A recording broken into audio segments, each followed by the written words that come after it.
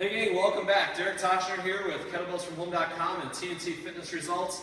Talking to you again about using a light load to create maximal power and strength. Okay, last time in the last video we talked about bottoms up squats, doing kettlebells with the bottoms up, creating tension in your body to make you feel like you're squatting a heavy load even though the load isn't that heavy. We're going to use a kettlebell and an exercise called accelerated eccentrics or overspeed eccentrics to get the same effect with posterior chain movement, okay? So what we're going to do is we're going to start with the kettlebell on the floor and do a swing. My friend Eddie here, he's going to catch the kettlebell and he's going to shove it through my legs, accelerating the eccentric phase of the lift, all right? You know that for every action, there's an equal and opposite reaction. So if he accelerates the load, that's going to cause an overstretch and the stretch reflex, and my body is going to activate and create more power, firing that kettlebell back out at him, okay? Now, before you would do something like this, obviously you would want to meet with an RKC or SFG instructor and make sure your swing technique is flawless and that your breathing patterns are on so you're not leaking power everywhere. Okay, so make sure your swing is very, very sound before you try something like this at home. But here's an accelerated eccentric swing.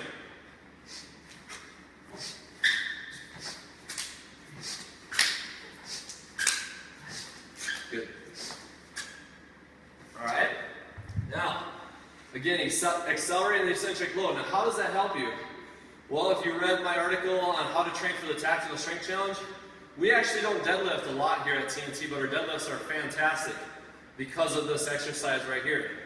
They've taken athletes and put them on force plates with a 24-kilogram kettlebell, and that athlete was producing over 500 pounds of pressure underneath their feet with an accelerated eccentric.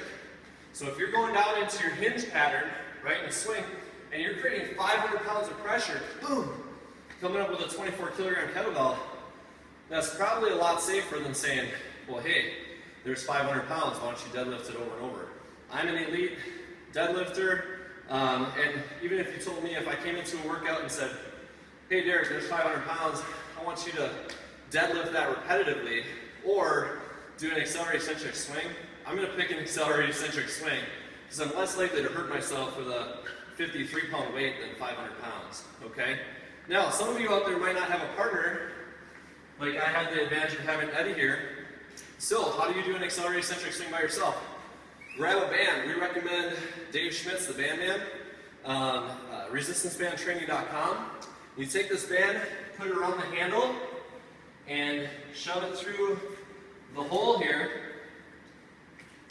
All right, and now the band is going to accelerate the eccentric phase of the lift for me. Here,